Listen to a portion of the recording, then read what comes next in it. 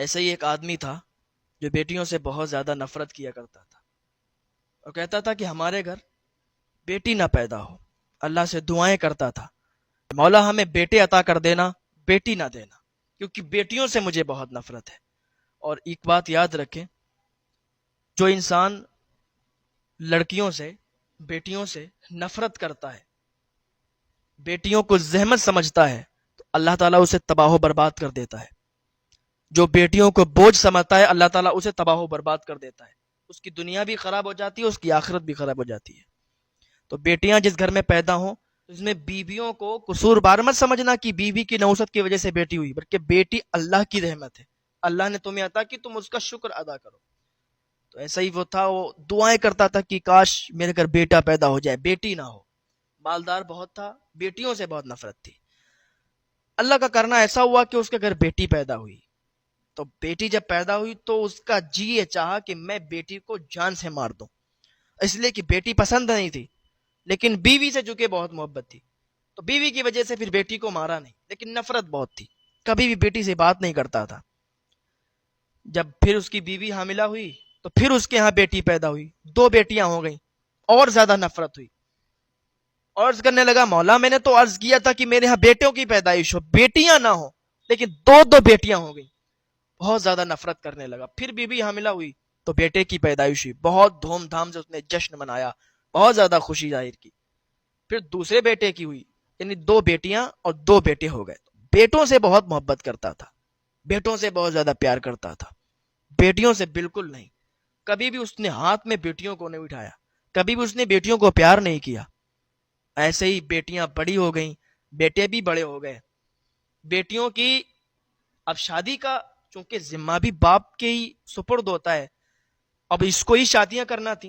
نفرت تو بہت تھی، لیکن کیا کیا اس نے، غریب 2 لوگوں کو ڈھونڈا، بہت زیادہ غریب، غربت زدہ، اتنے غربت زدہ کہ ایک ٹائم کا کھانا بھی نہیں کھا سکتے، بالکل فقیر غریب لوگوں کو ڈھونڈا اور ان دونوں کے ساتھ ان دونوں کی شادیاں کر دی اور ان کو گھر سے ودا کر دیا، رخصت کر دیا. ٹوٹے پھوٹے ان کی جھوپڑی تھی، اسی میں وہ رہنے لگے، کیونکہ یہ تو بہت مالدار تھا.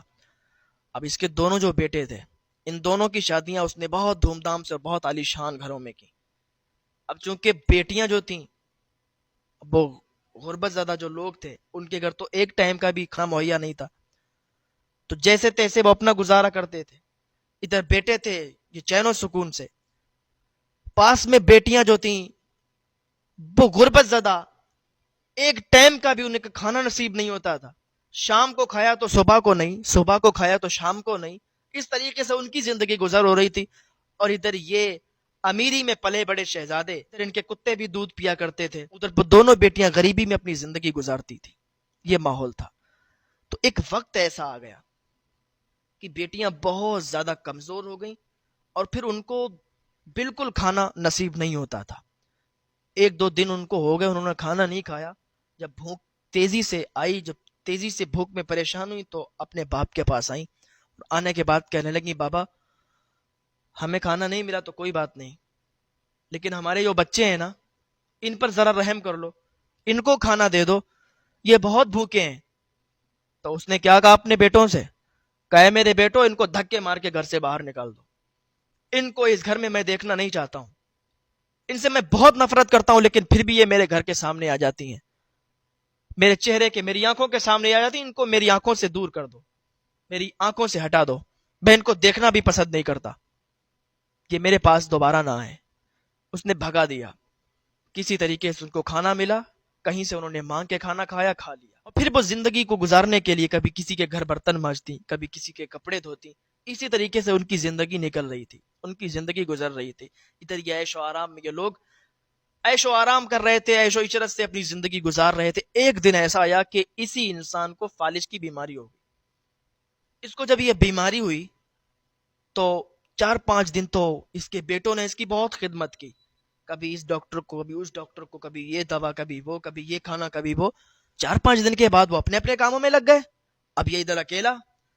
تو ایک دن ان دونوں کی بیویوں نے کہا کہ سنو، ایسا ہے کہ تمہارے بابا کو فالج ہے، تمہارے والد کو فالج ہے، اور ہم اس گھر میں نہیں رہ سکتے جب تک یہ رہیں گے. اگر ان کو اس گھر سے دور کر دو گے تب تو ہم یہاں رہیں گے، ورنہ ہمیں طلاق دے دو، ہمیں چھوڑ دو، ہم اس گھر میں نہیں رہ سکتے، ورنہ یہ فالج کی بیماری ہمیں اور ہمارے بچوں کی بھی ہو جائے گی۔ میں نے کہا اچھا ایسی بات ہے، تو سنو، تم کیوں جا رہی ہو؟ ہم اپنے باپ کو گھر سے باہر نکالیں گے۔ اس نے اسی ظالم انسان کو جو بیٹیوں سے نفرت کرتا تھا، دونوں بیٹوں نے رات کے اندھیرے میں اٹھایا اور جنگل میں چھوڑ کے آئے اور واپس آ گئے۔ جب صبح ہوئی، پوری رات وہ جنگل میں رہا، فالج کی بیماری تھی، صبح ہوئی تو حضرت زکریہ علیہ السلام کا ادھر سے گزر ہوا۔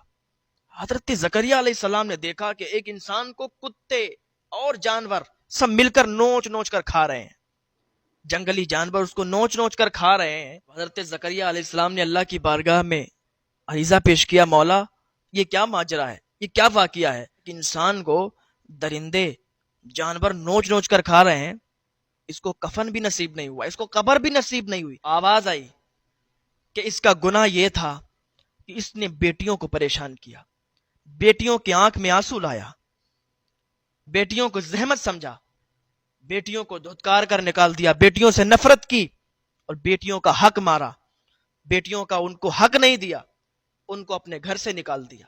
یہ اس کا جرم تھا جس کی وجہ سے اسے کفن بھی نصیب نہیں ہوا، اسے بچوں کا پیار بھی نصیب نہیں ہوا اور اسے قبر بھی نصیب نہیں ہوئی۔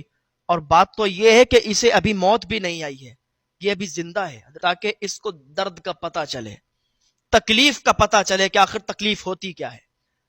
تو پتہ چلا کہ جو انسان بیٹیوں کو زحمت سمجھتا ہے، اللہ کی رحمت کو زحمت سمجھتا ہے، تو اسی انسان کا حال بہت برا ہوتا ہے، اس کی آخرت بہت بری ہوگی۔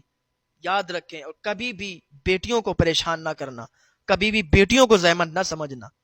اور وہ لوگ جن کی شادیاں ہو گئیں، جو اپنی بیوی کو ہر بات میں پریشان کرتے ہیں، کبھی تو اس معاملے میں کہ بیٹی کیوں پیدا ہو گئی، کبھی اور معاملے میں کہ تو جہیز کیوں نہیں لائی، تو کوئی بھی معاملے میں اگر بیٹیوں کو پریشان کرو گے، بیویوں کو پریشان کرو گے، تو پھر تمہارا حشر بہت برا ہوگا، آخرت بہت بری ہوگی۔ اللہ سے ڈرو اور اللہ سے معافی طلب کرو۔ اگر تم سے یہ گناہ سب ہو گئے ہیں تو اللہ کی بارگاہ میں آ جاؤ، توبہ کر لو، اللہ تعالیٰ تمہیں معاف فرما دے گا۔